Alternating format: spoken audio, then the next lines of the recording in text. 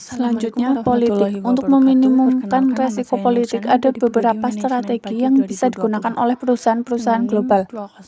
Oleh Budiarto dan Ciptono 1997, dan diantaranya adalah yang pertama, merangsang pertumbuhan ekonomi lokal atau host country dengan menyesuaikan aktivitas bisnis perusahaan dengan kepentingan ekonomi host country, atau menggunakan sumber pasokan bahan baku lokal menggunakan subkontrol lokal, meningkatkan kandungan lokal sebagai komponen produk yang dihasilkan, melakukan investasi produk di host country, dan berusaha membina perusahaan lokal agar export-oriented company.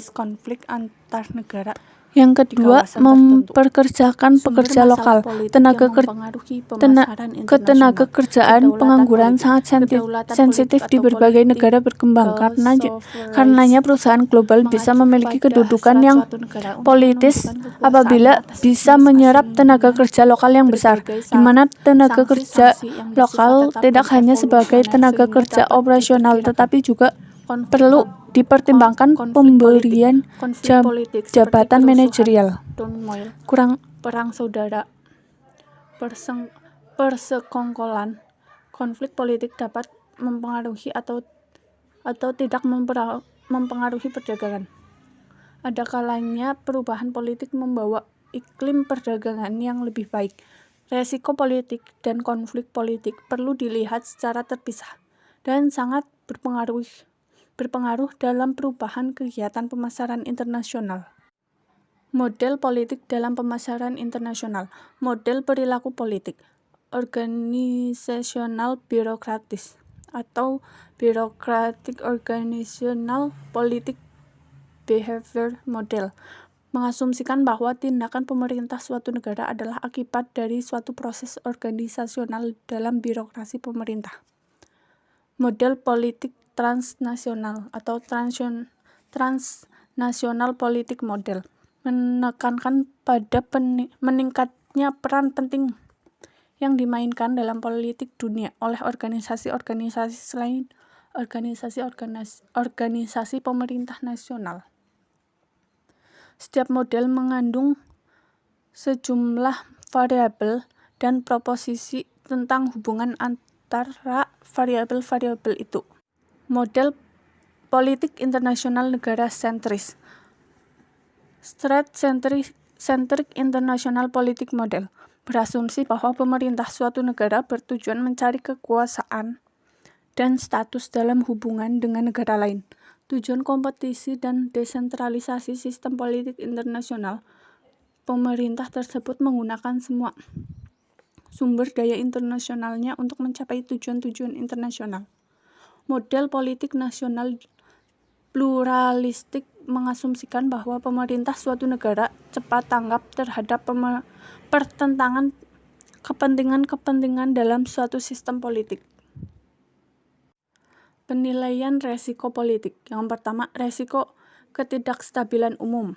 Resiko yang berkaitan dengan ketidakpastian terhadap kelangsungan hidup atau masa depan dari politik negara tujuan. Bentuknya bisa meliputi revolusi dan agresi internal. Yang kedua, resiko ekspropriasi atau expropriation risk. Resiko yang berkaitan dengan kemungkinan bahwa pemerintah negara tujuan yang akan mengambil tindakan-tindakan tertentu, seperti pembatalan kontrak, eksplorasi, konfiskasi, nasionalisasi maupun domestikasi untuk membatasi kepemilikan asing dan mengendalikan cabang perusahaan asing negara tujuan. Yang ketiga, resiko operasi atau operation risk. Resiko yang muncul karena adanya ketidakpastian bahwa pemerintah negara tujuan akan memaksa atau menghambat operasi bisnis perusahaan asing dalam segala aspek.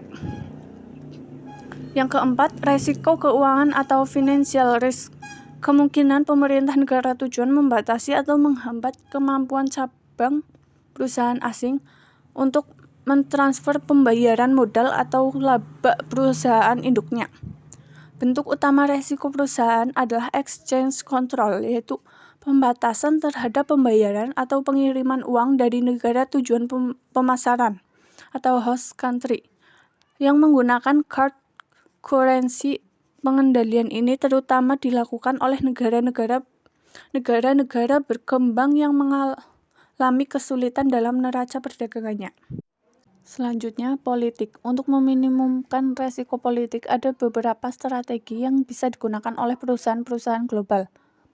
Oleh Budiarto dan Ciptono 1997, dan diantaranya adalah yang pertama, merangsang pertumbuhan ekonomi lokal atau host country dengan menyesuaikan aktivitas bisnis perusahaan dengan kepentingan ekonomi host country, atau menggunakan sumber pasokan bahan baku lokal menggunakan subkontrol lokal, meningkatkan kandungan lokal sebagai komponen produk yang dihasilkan, melakukan investasi produk di host country, dan berusaha membina perusahaan lokal agar export-oriented company. Yang kedua, memperkerjakan pekerja lokal. Ketenaga kerjaan pengangguran sangat sensitif di berbagai negara berkembang. Karenanya perusahaan global bisa memiliki kedudukan yang politis apabila bisa menyerap tenaga kerja lokal yang besar, di mana tenaga kerja lokal tidak hanya sebagai tenaga kerja operasional tetapi juga perlu dipertimbangkan pemberian jabatan manajerial. Sekian dari saya, kurang lebihnya mohon maaf. Wassalamualaikum warahmatullahi wabarakatuh.